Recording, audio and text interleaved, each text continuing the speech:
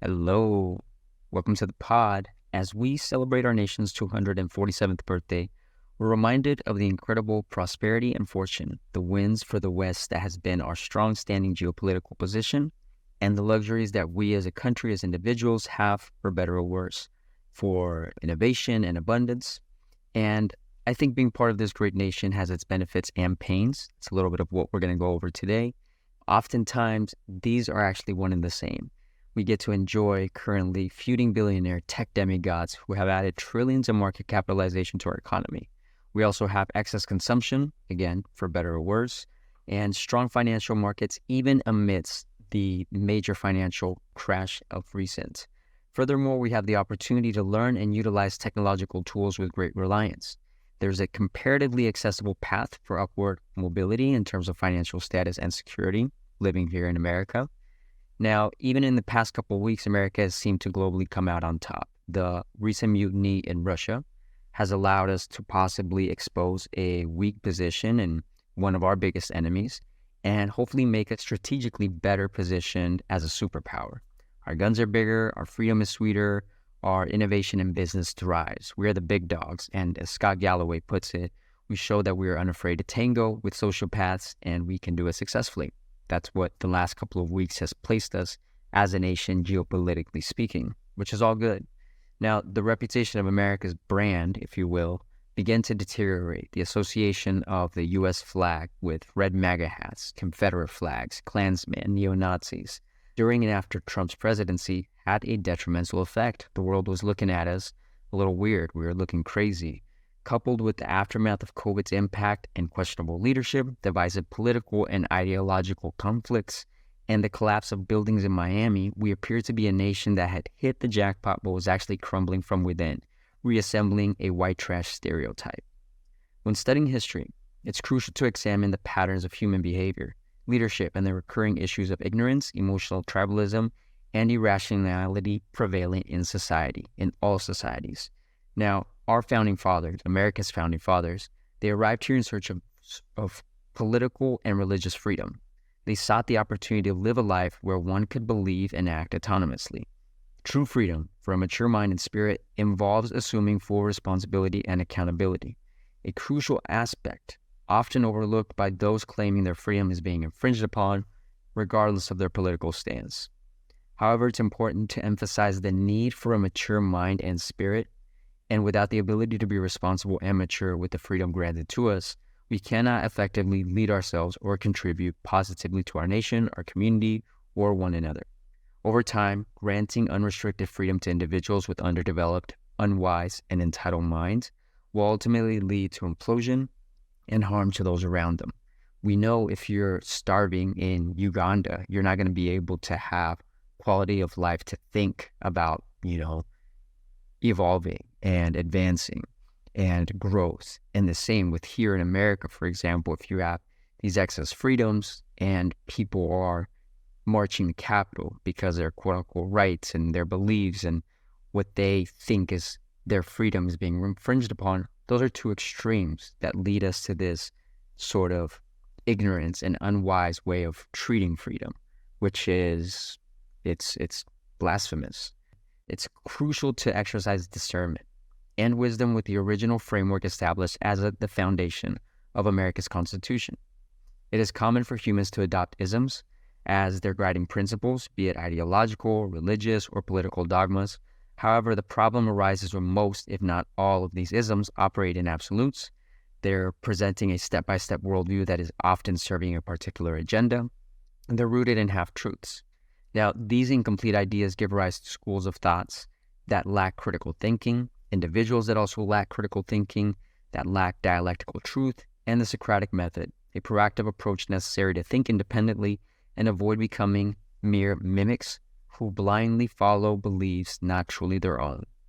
Now, we're susceptible to that just as humans. We can't reinvent the wheel every time, but we also fall into old and patterned beliefs that are our own, and we realize that often too late in life. Think of the, venture capitalist that followed in his father's footsteps, and in the midlife crisis, recognized that all of the striving, all these things weren't their own, or the author, the creator, the athlete, any individual professionally, individually, we often have to remember and even become aware of things that we've believed and said that weren't actually our own. So we seek safety in tribes and groups, but for individuals aiming to thrive and live a wise and fulfilling life, to become leaders with good character and create value by living up to their potential, the attachment to the tribe must be relinquished. Similarly to how a child must metaphorically kill their parent, we cannot embody healthy character and thrive if we remain unaware of tribalistic attachment. Caught in imitating actions and beliefs as mere proxies, mimetic theories mentioned a little bit ago, followers fear being cast out from the tribe, driven by cowardice in today's society. However, leaders understand that the tribe is not real. Often, it consists of many individual cowards who passively adopt ideas without questioning them, shrinking their responsibility of truly owning their beliefs and actions. These ideas lead to the propagation of outdated, bigoted, and ignorance-based agendas. The followers are complicit not only in the harm caused to other individuals, inadvertently or implicitly oppressed by their ideas, but they are also complicit in tearing at the very fabric necessary for their own and collective psyche or souls to evolve. Such stagnation is a contributing factor to the societal deterioration of nations, of states, groups, and families.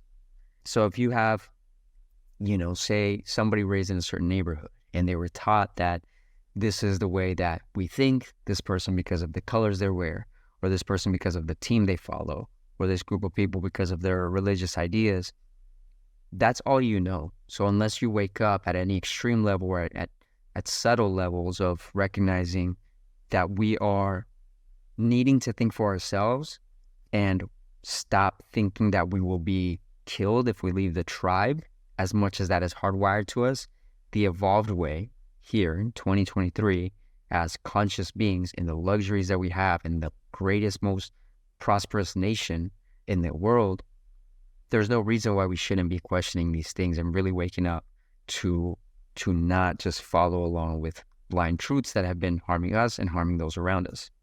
Now, as an immigrant, I often reflect on my arrival in this country as a young child and the dream that America has always represented for people like me who were raised elsewhere. Being told about the opportunities of this incredible promised land and witnessing firsthand the abundance in the United States compared to social economic disparities in other nations left a lasting impression on my young mind, emphasizing the greatness of being an American. Now, with maturity, it's crucial for all of us to not only remember the sacrifice made by men and women who fought for our freedom, but also to recognize the blessings of living in a time and place where our naive perspective no longer need to haunt us, and we can be liberated from dogmatic and incomplete views that obscure the truth.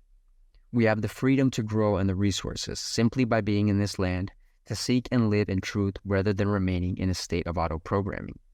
While it may be easier to relinquish efforts and responsibility, allowing social media, conspiracies, outdated ideologies, and isms to shape our paths and guide us will cost us, and it will cost our future generation. The individual, the American, our families, our communities, our country all require us to look beyond the superficial dogmas to reclaim our power and to preserve the fabric of our freedom from within. Wise and truly successful individuals understand what many often overlook. And one of those things is that no one holds a monopoly on truth. However, it requires critical thinking and letting go of the comfortable ignorance that stems from outdated programming if we are to avoid the decline of our nation and maintain America's position as a leader in the free world. As we celebrate today's or tomorrow's, whenever you're listening to this, July 4th in general, as we celebrate being in this land and in everyday life, we have the opportunity to reap the benefits as individuals and as a collective in the greatest country that has ever existed.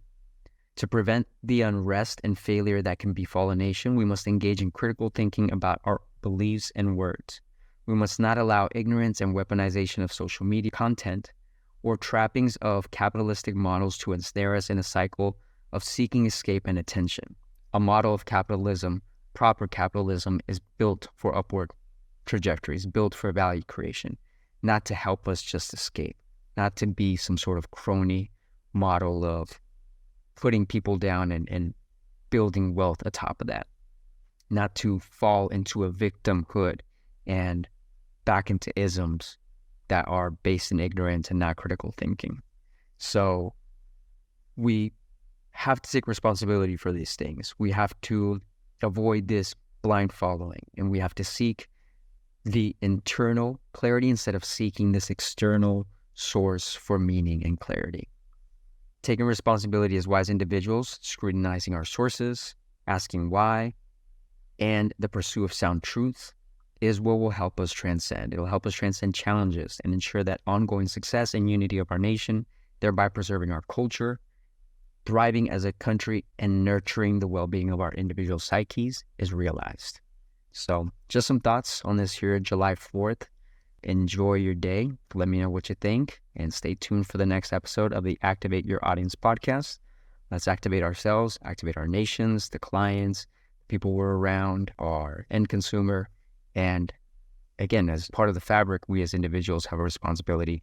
And a lot of this is through critical thinking. So chat soon. Let us know your thoughts. Cheers.